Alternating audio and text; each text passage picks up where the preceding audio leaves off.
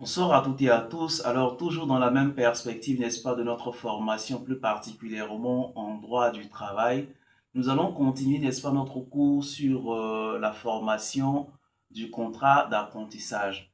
Alors, dans nos vidéos déjà passées, nous avons parlé, n'est-ce pas, des conditions de formation du contrat d'apprentissage.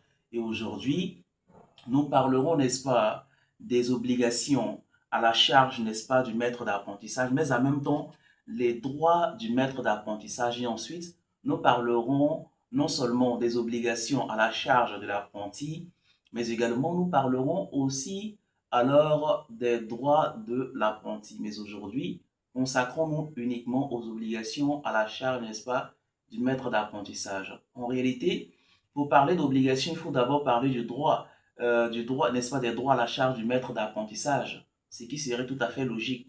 Alors, comme droit à la charge du maître d'apprentissage en réalité, le décret numéro 2019-118 en réalité relatif à la formation professionnelle par apprentissage ne donne pas réellement certains avantages, mais insinue qu'en réalité le maître d'apprentissage peut recevoir certains avantages, notamment les crédits sur impôt, n'est-ce pas, pour la finalisation de son projet de formation. Mais comme obligation en réalité, le code, ou j'allais dire la loi, est claire là-dessus.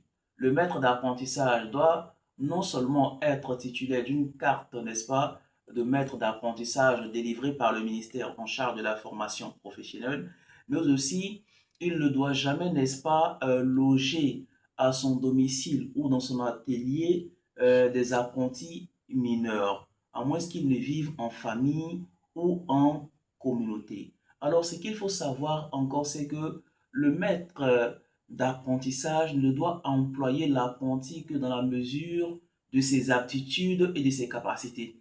C'est-à-dire, pour un apprenti qui n'a pas encore la capacité de soulever un matériel pesant plus de 30 kg, alors le maître d'apprentissage ne pourra pas lui dire, n'est-ce pas, de soulever ce matériel-là, ce qui est totalement illégal. Alors, autre chose qu'il faut savoir, c'est que le maître d'apprentissage doit enseigner méthodiquement et complètement l'art, le métier choisi par l'apprenti dans le cadre, n'est-ce pas, de sa formation professionnelle. Alors, c'est tout pour aujourd'hui. À demain pour les obligations à la charge de l'apprenti. Merci.